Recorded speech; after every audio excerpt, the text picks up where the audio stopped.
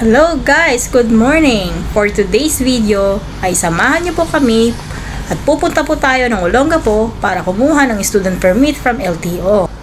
Mabuti na lang at maaga-aga po kaming umalis ng bahay kaya hindi po gaanong karami ang mga sasakyan sa daan.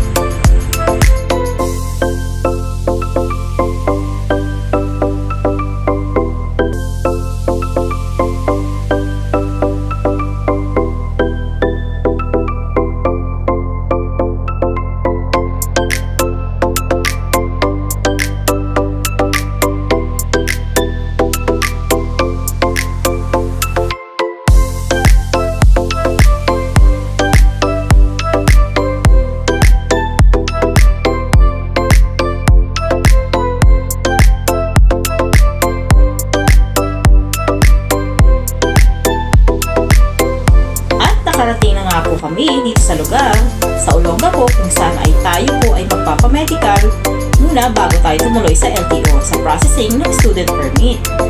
At una nga po namin hinanap itong St. Denver Medical Clinic para magpamedical. Dito lang yan sa mismong building kung nasaan ang LTO.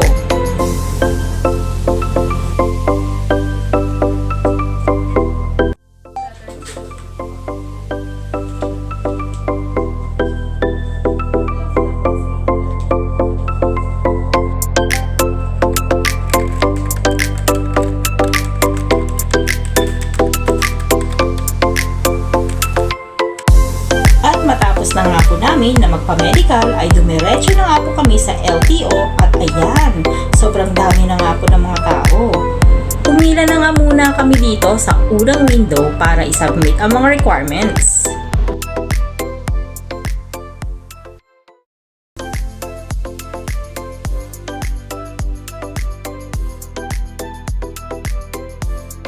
Window 5 naman para sa pagbayad ng fee para sa pag-process ng permit.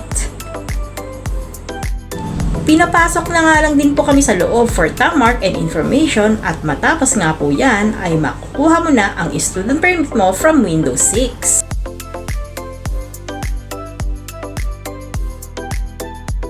So yan nga po, nakakuha na po ako ng student permit. Natapos na rin po tayo doon. So, babalik po ako doon sa driving school para magpa-schedule po ng schedule natin for driving. So, yan nga po guys. Papunta na po tayo dito sa driving school. Magpapa-schedule tayo ng appointment for driving.